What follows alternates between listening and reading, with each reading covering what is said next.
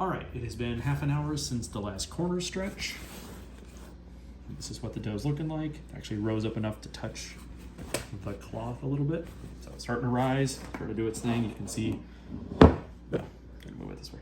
Got little bubbles going on, starting to be very active.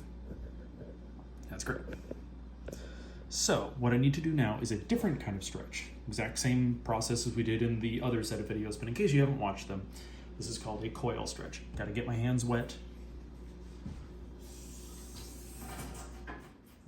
And this one, we're going to let gravity do the work. So we're going to grab it from the sides and very gently pull straight up and let gravity stretch this.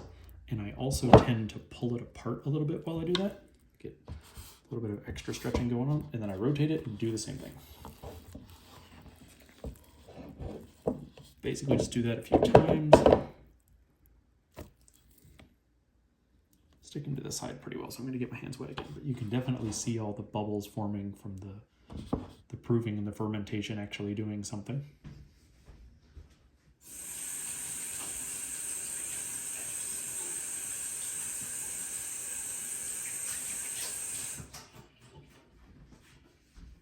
Okay. A little bit like that. Pull a little bit like that. You can see it's all come off the bottom. It's starting to look like dough, as opposed to just wet flour.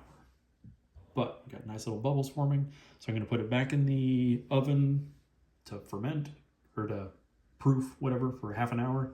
Then we'll do another coil stretch before we do something different. All right, good luck.